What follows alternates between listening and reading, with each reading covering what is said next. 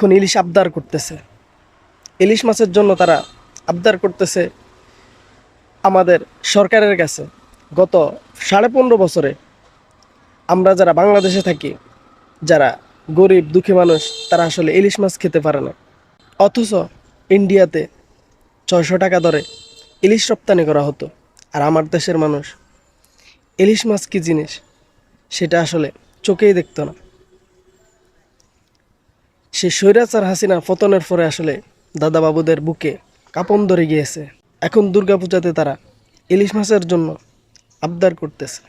আসলে তারা এখান থেকে আসলে অনেক কিছুই নিয়েছে শেখ হাসিনার মাধ্যমে। তারই একটা ধারাবাহিকতায় ইলিশ মাছও আসলে পৌঁছে গিয়েছে ইন্ডিয়াতে। এখন আসলে সেটা বদলাবার দিন। অবশ্যই এটার বিরুদ্ধে আমরা রুখে দাঁড়াতে হবে।